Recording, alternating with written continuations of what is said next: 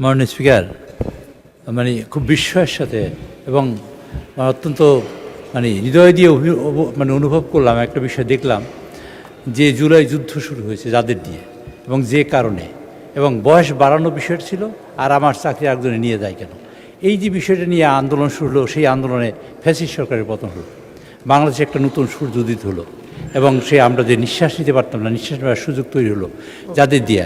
আজকের এই সংসদে দাঁড়িয়ে সেই বিলটা পাশ করার সময় মাননীয় বিরোধী দলের নেতৃবৃন্দ কেন হা বললেন না বুঝতে পারলাম না। হা বলা উচিত ছিল। আজকের এই সংসদে আমি আপনাকে আপনার দৃষ্টি আকর্ষণ করছি এবং মাননীয় সদস্যবৃন্দের দৃষ্টি আকর্ষণ করছি। মাননীয় একটা আমার কথা শেষ করি, আপনি বলবেন। সদস্যবৃন্দের দৃষ্টি আকর্ষণ করছি এই কথা বলে, আজকের এই জুলাই যোদ্ধারা আজকে সংসদে উপস্থিত আছেন, যাদের কারণে, যাদের বিষয়ে যারা জীবন দিয়েছেন এবং যারা আহত হয়েছেন।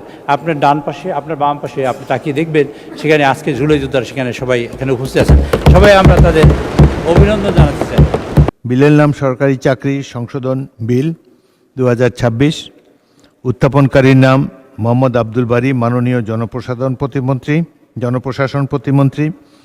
দিনের সম্পূরক কার্যসূচি অনুযায়ী আমি এখন মাননীয় জনপ্রশাসন প্রতিমন্ত্রী মোহাম্মদ আব্দুল বারীকে সরকারি চাকরি সংশোধন বিল 2026 উত্থাপনের অনুমতি প্রার্থনার জন্য আহ্বান জানাচ্ছি। মাননীয় স্পিকার, আপনাকে ধন্যবাদ। আমি মোহাম্মদ আব্দুল বারী, প্রতিমন্ত্রী, জনপ্রশাসন মন্ত্রণালয়, সরকারি চাকরি আইন 2018 2018 সনের 57 নম্বর আইন সংশোধনকল্পে আনিত একটি বিল, সরকারি চাকরি সংশোধন বিল 2026 উত্থাপনের অনুমতি প্রার্থনা করছি। মাননীয় স্পিকার, আপনাকে ধন্যবাদ। মাননীয় প্রতিমন্ত্রী, আপনি বিলটি উত্থাপন করুন। মাননীয় স্পিকার, আপনাকে ধন্যবাদ।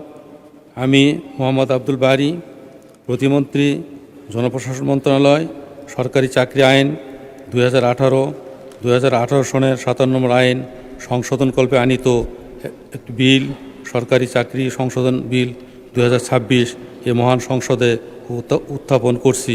মাননীয় স্পিকার, আপনাকে ধন্যবাদ। মাননীয় সদস্যবৃন্দ, সরকারি চাকরি সংশোধন বিল 2026 সংসদে উত্থাপিত হলো। আমি এখন মাননীয় জনপ্রশাসন প্রতিমন্ত্রী মোহাম্মদ আব্দুল বারীকে সংসদে উত্থাপিত আকারে সরকারি চাকরি সংশোধন বিল 2026 অবিলম্বে বিবেচনার প্রস্তাব উত্থাপনের জন্য আহ্বান জানাচ্ছি। মাননীয় স্পিকার, আপনাকে ধন্যবাদ। আমি মোহাম্মদ আব্দুল বারী, প্রতিমন্ত্রী, জনপ্রশাসন মন্ত্রণালয়, প্রস্তাব করছি যে সরকারি চাকরি আইন 2018 সনের 57 নম্বর আইন সংশোধনকল্পে আনিত বিল, সরকারি চাকরি সংশোধন বিল 2026 সংসদে উত্থাপিত আকারে অবিলম্বে বিবেচনার জন্য গ্রহণ করা হোক। মাননীয় স্পিকার, আপনাকে ধন্যবাদ। সংসদের সামনে প্রশ্ন হচ্ছে, সংসদে উত্থাপিত আকারে সরকারি চাকরি সংশোধন বিল 2026 অবিলম্বে বিবেচনার জন্য গ্রহণ করা হোক। যারা এই প্রস্তাবের পক্ষে আছেন তারা হা বলুন, যারা এই প্রস্তাবের বিপক্ষে আছেন তারা না বলুন। আমার মনে হয় হা জয়যুক্ত হয়েছে, হা জয়যুক্ত হয়েছে, হা জয়যুক্ত হয়েছে। অতএব সংসদে উত্থাপিত আকারে সরকারি চাকরি সংশোধন বিল 2026 অবিলম্বে বিবেচনার জন্য গৃহীত হলো। মাননীয় সদস্যবৃন্দ, বিলটির উপরে কোনো দফাওয়ারি সংশোধনী নেই। আমি বিলের দফাগুলো সংসদের সামনে পেশ করছি। সংসদের সামনে প্রশ্ন হচ্ছে, বিলের দফা 2 ও 3 বিলের অংশ হিসাবে গ্রহণ করা হোক। যারা এই প্রস্তাবের পক্ষে আছেন তারা হা বলুন, যারা এই প্রস্তাবের বিপক্ষে আছেন তারা না বলুন। আমার মনে হয় হা জয়যুক্ত হয়েছে, হা জয়যুক্ত হয়েছে, হা জয়যুক্ত হয়েছে। অতএব বিলের দফা 2 ও 3 বিলের অংশ হিসাবে গৃহীত হলো। সংসদের সামনে প্রশ্ন হচ্ছে, বিলের 1 দফা, বলবৎকরণ দফা, প্রস্তাবনা, প্রবর্তন এবং শিরোনামা এই বিলের অংশ হিসাবে গ্রহণ করা হোক। যারা এই প্রস্তাবের পক্ষে আছেন তারা হা বলুন, যারা এই প্রস্তাবের বিপক্ষে আছেন তারা না বলুন। আমার মনে হয় হা জয়যুক্ত হয়েছে, হা জয়যুক্ত হয়েছে, হা জয়যুক্ত হয়েছে। অতএব বিলের 1 দফা, বলবৎকরণ দফা, প্রস্তাবনা, প্রবর্তন এবং শিরোনাম এই বিলের অংশ হিসাবে গৃহীত হলো। মাননীয় জনপ্রশাসন প্রতিমন্ত্রী মোহাম্মদ আব্দুল বারী, আপনি বিলটি পাশ করার জন্য প্রস্তাব উত্থাপন করতে পারেন। মাননীয় স্পিকার, আপনাকে ধন্যবাদ। আমি মোহাম্মদ আব্দুল বারী, প্রতিমন্ত্রী, জনপ্রশাসন মন্ত্রণালয় প্রস্তাব করছি যে সংসদে উত্থাপিত আকারে সরকারি চাকরি সংশোধন বিল 2026 পাশ করা হোক। মাননীয় স্পিকার, আপনাকে ধন্যবাদ। সংসদের সামনে প্রশ্ন। সংসদে উত্থাপিত আকারে সরকারি চাকরি সংশোধন বিল 2026 পাশ করা হোক। যারা এই প্রস্তাবের পক্ষে আছেন তারা হ্যাঁ বলুন। যারা এই প্রস্তাবের বিপক্ষে আছেন তারা না বলুন। আমার মনে হয় হ্যাঁ জয়যুক্ত হয়েছে, হ্যাঁ জয়যুক্ত হয়েছে, হ্যাঁ জয়যুক্ত হয়েছে। অতএব সংসদে উত্থাপিত আকারে সরকারি চাকরি সংশোধন বিল 2026 পাশ হলো।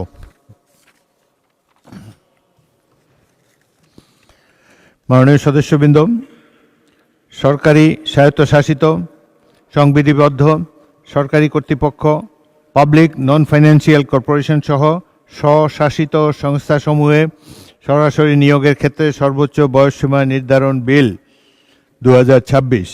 উত্থাপনকারীর নাম মোহাম্মদ আব্দুল বারী, জনপ্রশাসন প্রতিমন্ত্রী। আমি এখন মাননীয় জনপ্রশাসন প্রতিমন্ত্রী মোহাম্মদ আব্দুল বারীকে সরকারি স্বায়ত্তশাসিত সংবিধিবদ্ধ সরকারি কর্তৃপক্ষ, পাবলিক নন ফাইন্যান্সিয়াল কর্পোরেশন সহ স্বশাসিত সংস্থাসমূহে সরাসরি নিয়োগের ক্ষেত্রে সর্বোচ্চ বয়সসীমা নির্ধারণ বিল 2026 উত্থাপনের অনুমতি প্রার্থনার জন্য আহ্বান জানাচ্ছি। মাননীয় স্পিকার, আপনাকে ধন্যবাদ। আমি মোহাম্মদ আব্দুল বারী, প্রতিমন্ত্রী, জনপ্রশাসন মন্ত্রণালয়, সরকারি স্বায়ত্তশাসিত সংবিধিবদ্ধ সরকারি কর্তৃপক্ষ, পাবলিক নন ফিনান্সিয়াল কর্পোরেশন সহ স্বশাসিত সংস্থাসমূহে সরাসরি নিয়োগের ক্ষেত্রে সর্বোচ্চ বয়সসীমা নির্ধারণ কল্পে আনিত একটি বিল, সরকারি স্বায়ত্তশাসিত সংবিধিবদ্ধ সরকারি কর্তৃপক্ষ, পাবলিক নন ফিনান্সিয়াল কর্পোরেশন সহ স্বশাসিত সংস্থাসমূহে সরাসরি নিয়োগের ক্ষেত্রে সর্বোচ্চ বয়সসীমা নির্ধারণ বিল 2026 উত্থাপনের অনুমতি প্রার্থনা করছি। মাননীয় স্পিকার, আপনাকে ধন্যবাদ। মাননীয় প্রতিমন্ত্রী, আপনি বিলটি উত্থাপন করুন। মাননীয় স্পিকার, আপনাকে ধন্যবাদ। আমি মোহাম্মদ আব্দুল বারী, প্রতিমন্ত্রী, জনপ্রশাসন মন্ত্রণালয়, সরকারি স্বায়ত্তশাসিত সংবিধিবদ্ধ সরকারি কর্তৃপক্ষ, পাবলিক নন ফিনান্সিয়াল কর্পোরেশন সহ স্বশাসিত সংস্থাসমূহে সরাসরি নিয়োগের ক্ষেত্রে সর্বোচ্চ বয়সসীমা নির্ধারণ কল্পে আনিত একটি বিল, সরকারি স্বশাসিত সংবিধিবদ্ধ সরকারি কর্তৃপক্ষ, পাবলিক নন ফিনান্সিয়াল কর্পোরেশন সহ স্বশাসিত সংস্থাসমূহে সরাসরি নিয়োগের ক্ষেত্রে সর্বোচ্চ বয়সসীমা নির্ধারণ বিল 2026 এ মহান সংসদে উত্থাপন করছি। মাননীয় স্পিকার, আপনাকে ধন্যবাদ। মাননীয় সদস্যবৃন্দ, সরকারি স্বায়ত্তশাসিত সংবিধিবদ্ধ সরকারি কর্তৃপক্ষ, পাবলিক নন ফাইন্যান্সিয়াল কর্পোরেশন স্বশাসিত সংস্থাসমূহে সরাসরি নিয়োগের ক্ষেত্রে সর্বোচ্চ বয়সসীমা নির্ধারণ বিল 2026 সংসদে উত্থাপিত হল।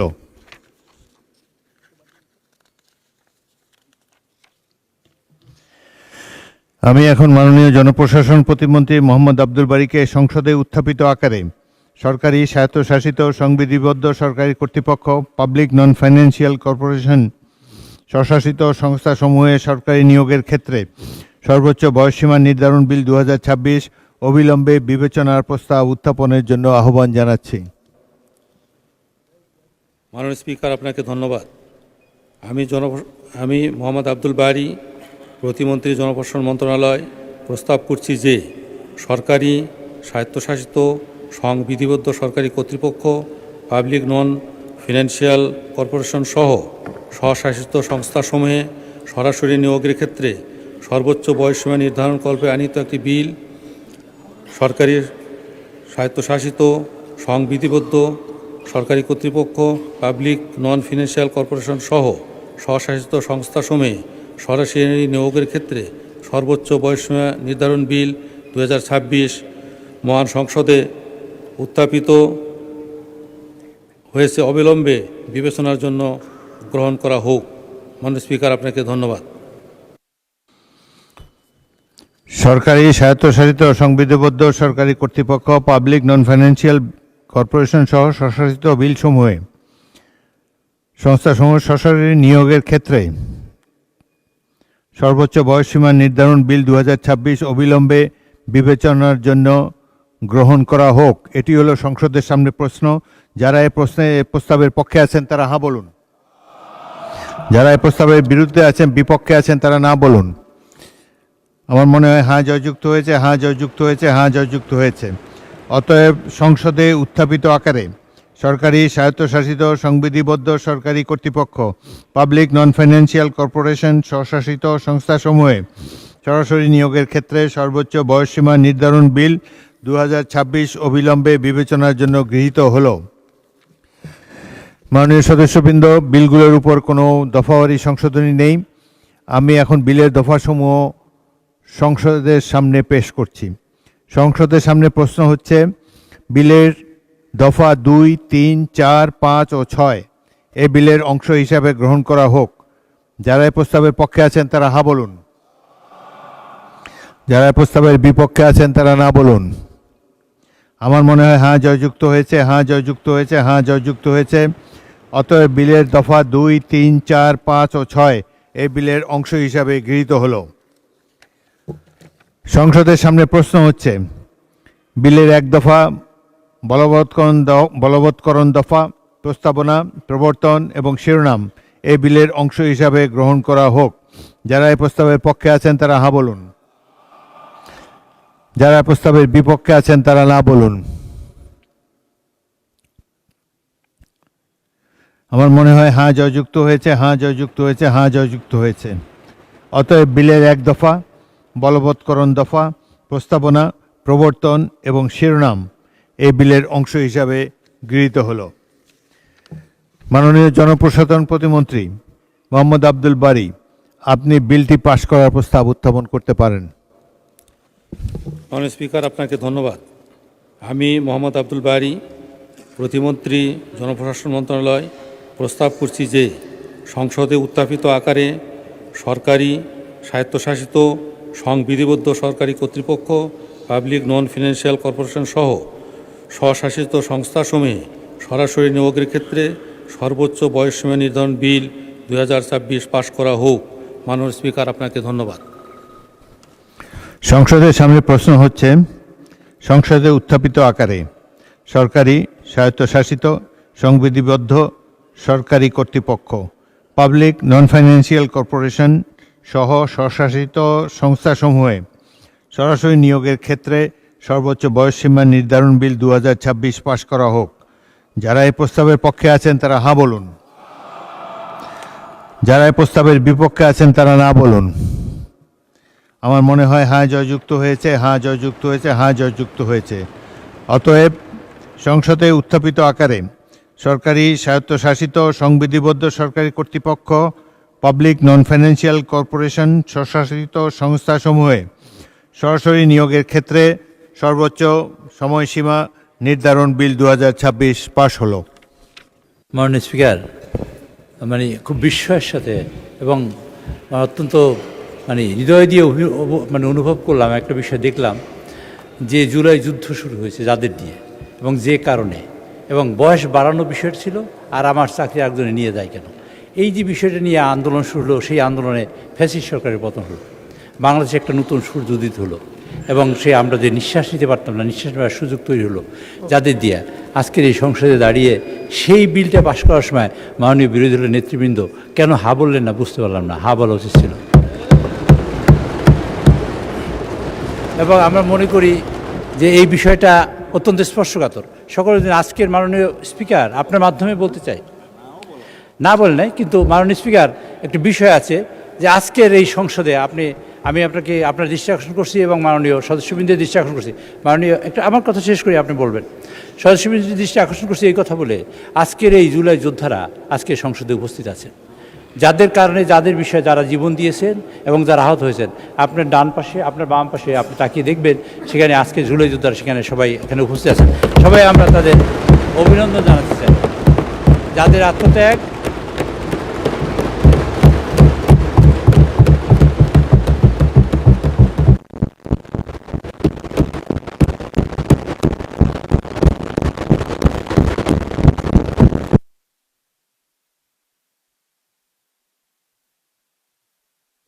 চিফকে মাইক দেন, আমার বক্তব্য শেষ হয়নি। মাইক দেন চিফকে। আপনার বক্তব্য শেষ? একটা অভিনন্দন জানাই তাদের, শেষ করেন। যারা এই জীবন দিয়েছেন তাদের তো জীবন ফেরত যারা জীবন দিয়েছেন তাদের জীবন ফেরত দিতে পারবে না।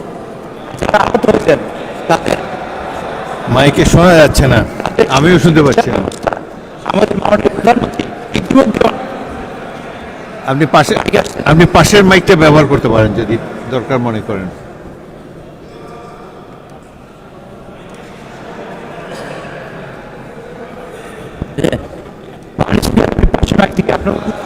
Same problem. যাই হোক, আপনার মূল বক্তব্য আমরা বুঝতে পেরেছি।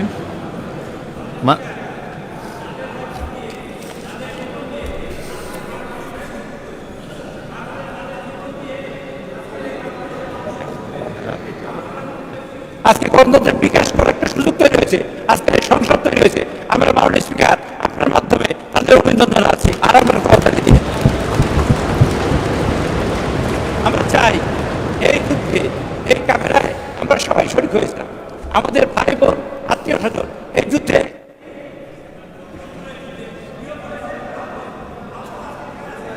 ধন্যবাদ চিফ হুইপ, শোনা যাচ্ছে না। মাননীয় স্পিকার আমরা চাই যে গণতন্ত্র প্রতিষ্ঠা হয়েছে, সেই গণতন্ত্রের মাধ্যমে দয়া করে বসুন। মাননীয় স্পিকার আপনি কি মাননীয় চিফ হুইপ বসুন।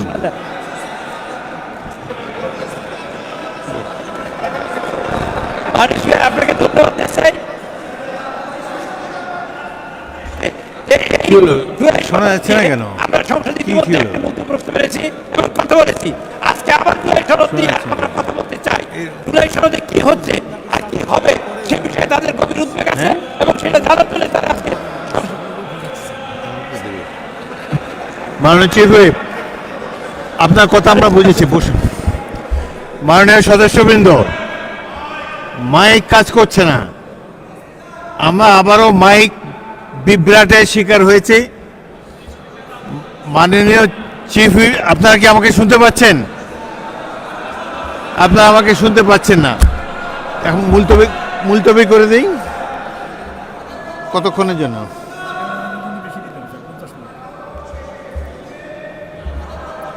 মাননীয় সদস্যবৃন্দ,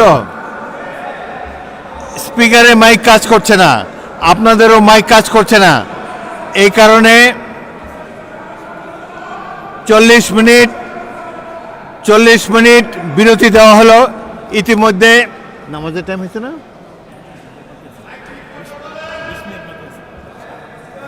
20 মিনিট বিরতি দেই। 40 মিনিট 1 ঘন্টা দিতে হবে, দিলে 1 ঘন্টা দিতে হবে। 7টা মাননীয় সদস্যবৃন্দ, আজানের 20 মিনিট বাকি এবং এই মাইক রিপেয়ার করার জন্যে আরও 20 মিনিট, মোট 40 মিনিট সময়ের জন্য অধিবেশন মুলতবি করা হলো।